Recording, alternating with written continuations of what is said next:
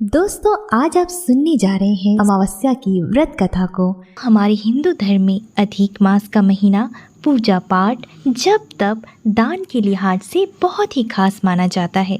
खासकर अधिक मास की अमावस्या और पूर्णिमा तिथि को हमारे हिंदू धर्म में बहुत ही अधिक पुण्य फलदायी माना जाता है। अधिक मास की अमावस्या को इसलिए भी खास माना जाता है क्योंकि अधिक मास की अमावस्या 3 वर्षों में एक बार आती है और यही वजह है कि इस दिन किए गए पिंडदान, तर्पण और दान से कई पीढ़ियों तक पूर्वजों को तृप्ति प्राप्त होती है, जिससे हमें पितरों का आशीर्वाद प्राप्त होता है, परिवार में खुशियों का आगमन होता है और तरक्की के सभी रास्ते खुल जाते हैं। अधिक मास की अमावस्या तिथि में किए जाने वाले स्नान, दान, तर्पण और जितने भी विधि विधान हैं वो 16 अगस्त 2023 को किया जाएगा। धार्मिक मान्यताओं के अनुसार अमावस्या तिथि के दिन स्नान, दान और तर्पण करने से पितरों की आत्मा को शांति प्राप्त होती है। इसके साथ ही यदि आपकी कुंडली में किसी भी प्रकार के अशुभ प्रभाव उत्पन्न हो रहे हैं तो वह भी दूर होता है।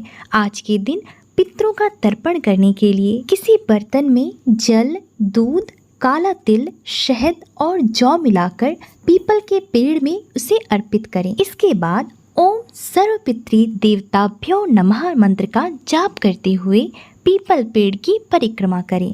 माना जाता है कि ऐसा करने से आपके पितर आपसे प्रसन्न होते हैं और पितरों के आशीर्वाद से आपके जीवन की सभी बाधाएं दूर हो जाती हैं। अब आप सुने अमावस्या के व्रत कथा को, और अगर मेरे द्वारा की गई व्याख्या आपको पसंद आए तो वीडियो को लाइक और शेयर जरूर करें।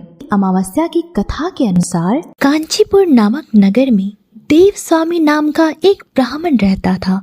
उसकी पत्नी का नाम धनवती और पुत्री का नाम गुणवती था। उसके 7 पुत्र थे। देव स्वामी ने अपने 7 पुत्रों का विवाह कर दिया था और उसके पश्चात वह अपनी पुत्री के लिए योग्य वर की तलाश करने के लिए अपने बड़े बेटे को बाहर देश भेज दिया ताकि वह अपनी पुत्री के लिए एक सुंदर और योग्य वर की तलाश कर सके। इधर देव स्वामी ने अपनी पुत्री गुणवती की कुंडली एक ज्योतिषी को दिखाई। ज्योतिषी ने जब गुणवती की कुंडली देखी तो उसने कहा कि सप्तपदी होते होते यह कन्या विधवा हो जाएगी। यह बात सुनकर देव स्वामी अत्यंत दुखी हुए और ज्योतिषी से इस योग के निवारण का उपाय पूछने लगे। तब ज्योतिषी ने बताया कि इस योग का निवारण करने के लिए आपको सिंघल द्वीप वासिनी सोमा नामक एक धोबन को अपने घर बुलाकर उसकी पूजा करनी होगी, तभी इस योग का निवारण हो पाएगा। जब देव स्वामी ने यह बात जानी तो वह तुरंत ही अपने छोटे बेटे और पुत्री के साथ सिंघल द्वीप जाने के लिए रवाना हो गए ताकि वो सोमा धोबिन को अपने घर लाकर उसकी पूजा कर सके। वे दोनों समुद्र के तट पर पहुंचकर समुद्र पार करने का उपाय सोचने लगे, लेकिन उन्हें कोई उपाय नहीं सूझ रहा था। थक हार कर दोनों भाई बहन भूखे प्यासे एक वट वृक्ष की छाया में उदास होकर बैठ गए। उस वृक्ष के तने की एक खो में गिद्ध के बच्चे रहते थे। वे दिन भर इन दोनों को परेशान होते हुए देख रहे थे।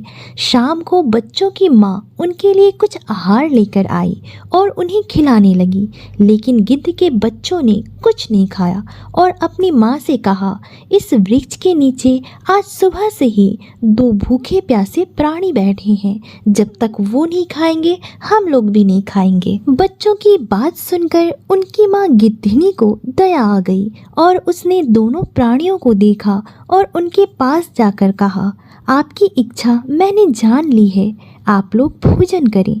कल प्रातः मैं आप लोगों को समुद्र पार सोमा के घर पहुंचा दूंगी। जब दोनों भाई बहन ने गिद्धिनी की बात सुनी तो उन दोनों भाई बहन की चिंता थोड़ी कम हुई और दोनों को अत्यंत प्रसन्नता हुई। उन्होंने गिद्धिनी को प्रणाम किया और भोजन किया।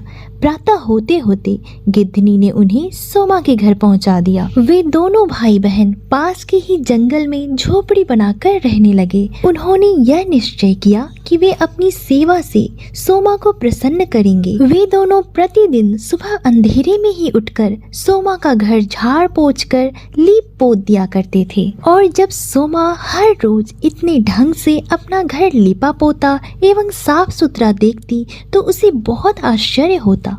एक बार उसने अपनी बहुओं से इस बारे में पूछा तो उसकी बहुओं ने बताया कि हमारे अलावा हमारे घर का काम करने और कौन आएगा। परंतु सोमा को बहुओं की इस बात पर विश्वास नहीं हुआ और उसने एक दिन सारी रात जागकर घर की सफाई का सारा रहस्य जान लिया। सोमा ने जब यह बात जाना तो उसे बड़ा दुख हुआ कि उसके घर की सफाई एक ब्राह्मण कन्या और उसका भाई करता है। तब सोमा ने उनसे इस तरह सेवा करने का कारण पूछा। तब गुणवती के भाई ने सोमा को सारी बात बताई, जिसे सुनकर सोमा ने कहा, आज से तुम लोग यह काम करना छोड़ दो। मैं तुम लोगों की साधना और सेवा से बहुत प्रसन्न और विवश हूँ। अब तुम्हारी सेवा किए बिना मुझे विश्राम नहीं मिल सकता। तब दोनों भाई बहन ने सोमा को उनके घर चलने का आग्रह किया और सोमा उनके आग्रह पर दोनों के साथ घर जाने के लिए तैयार हो गई। और प्रस्थान करते समय उसने अपनी बहुओं से कहा कि यदि मेरी अनुपस्थिति में किसी की मृत्यु हो जाए तो उसके शरीर को नष्ट मत करना। क्षण भर बाद दोनों अतिथियों के साथ वह कांचीपुरी पहुंच गई और दूसरे दिन गुणवती का विवाह संपन्न हुआ और सप्तपदी होते होते उसके पति की मृत्यु हो गई। सोमा ने अपने संचित पुण्य का फल गुणवती को दान करके उसके पति को जीवित कर दिया और उन्हें आशीर्वाद देकर सिंघल द्वीप के लिए रवाना हो गई। सोमा के संचित पुण्य छिन्न होने के कारण उसके पुत्र, दामाद और पति की घर में मृत्यु हो गई। यह जानकर नया पुण्य संचित करने के उद्देश्य से वह रास्ते में एक जगह रुकी। नदी के तीर पर स्थित एक पीपल के वृक्ष की छाया में भगवान विष्णु का पूजन किया और पीपल के वृक्ष की 108 परिक्रमाएं की। इतना करने के साथ ही सोमा के पुत्र, दामाद और पति जीवित हो गए और उसका घर धन धान्य से भर गया। इस प्रकार निष्काम भाव से सेवा करने का उत्तम फल सोमा को प्राप्त हुआ। अतः सभी को इस कथा से शिक्षा लेनी चाहिए और बिना स्वार्थ के निस्वार्थ भाव से जरूरतमंद लोगों की सेवा करनी चाहिए। इसका उत्तम फल आपको इसी जीवन में प्राप्त अवश्य